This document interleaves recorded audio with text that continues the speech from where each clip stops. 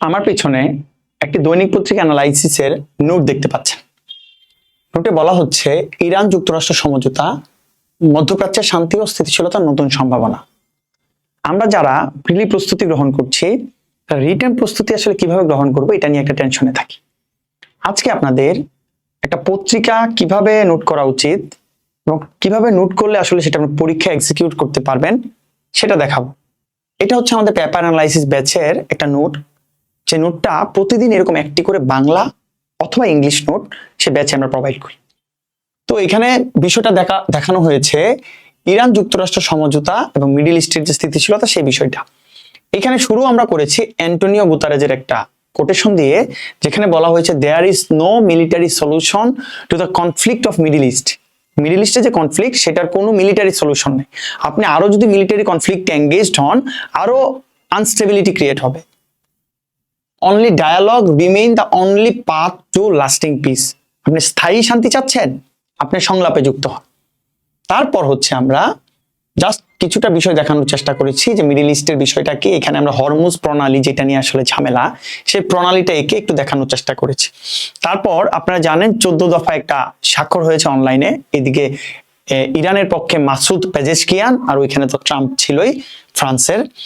So যেই পটভূমিটা আমরা একটু তুলে ধরার চেষ্টা করেছি যে ইরান ইসরায়েল সম্পর্কের যে পটভূমির ক্ষেত্রে যে বিষয়টা গুরুত্বপূর্ণ, 1979 সালেই কিন্তু এই ফাটলটা ধরে। শাহ পাল্লবী ছিল তখনকার রাজা, তাকে কিন্তু ক্ষমতাচ্যুত করা হয় এবং ইসলামিক রিপাবলিক ক্রিয়েট করা হয়, যেটা এখন ইরান। হ্যাঁ, ইসলামিক রিপাবলিক অফ ইরান। তো তখন সে শাহ সরকারের সমর্থন ছিল কিন্তু ইউএসএ, এবং সেই সরকারের পতনের পর থেকেই কিন্তু আমেরিকা এবং ইরানের মধ্যে এই সম্পর্কের টানাপোড়েন। তারপর আমরা যেটা দেখতে পারি 2015 সালে যখন বারাক ওবামা ছিলেন প্রেসিডেন্ট, তখন কিন্তু জেসিপিওএ চুক্তি স্বাক্ষর করা হয়, জয়েন্ট কম্প্রিহেনসিভ পার্টনারশিপ। জেসিপিওএ এই চুক্তিটা স্বাক্ষরিত হয়, joint comprehensive plan of action. ঠিক আছে। তারপর ট্রাম্প যখন ক্ষমতায় আসে, তখন ট্রাম্প আসার পরে এই চুক্তিটা কিন্তু সে বাতিল করে দেয়। তারপর আমরা দেখতে পারি যে ট্রাম্প 2026 সালের 28 ফেব্রুয়ারি উইথ ইসরায়েল জয়েন্ট হামলা চালু করে। তারপর হচ্ছে 18 জুন একটা সমঝোতা হয়। এর মধ্যে কিন্তু তাদের যে শীর্ষ নেতা ছিল ইরানের, তিনি কিন্তু মারা যায়, খামেনি মারা যায়, এবং তার ছেলে মোস্তফা খামেনি এখন সুপ্রিম লিডার।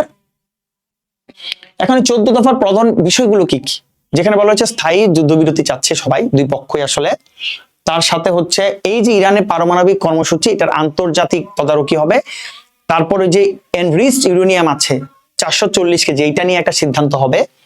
ধাপে ধাপে নিষেধাজ্ঞাগুলো তুলে নেওয়া হবে ইরানের উপর, যেগুলো দিয়ে রেখেছে আমেরিকা। বন্দি বিনিময় হবে, এবং সমঝোতার পেছনের বাস্তবতা হচ্ছে কিন্তু দুইটা দেশই আসলে কিন্তু জটিলতার মধ্যে আছে। সমঝোতা কার্যকর হওয়ার পক্ষের যুক্তিটা কি কি, যে আমরা অর্থনৈতিক কিন্তু স্থিতিশীলতা চাই। প্রত্যেকটা দেশেই কিন্তু অর্থনৈতিকভাবে ক্ষতির শিকার হচ্ছে, যেমন ইরান আরো বেশি এই প্রত্যেকটা নিষেধাজ্ঞার কারণে। জ্বালানি বাজারে একটা স্থিতিশীলতা তৈরি হবে, এবং কূটনীতির আসলে প্রত্যাবর্তন হতে হবে।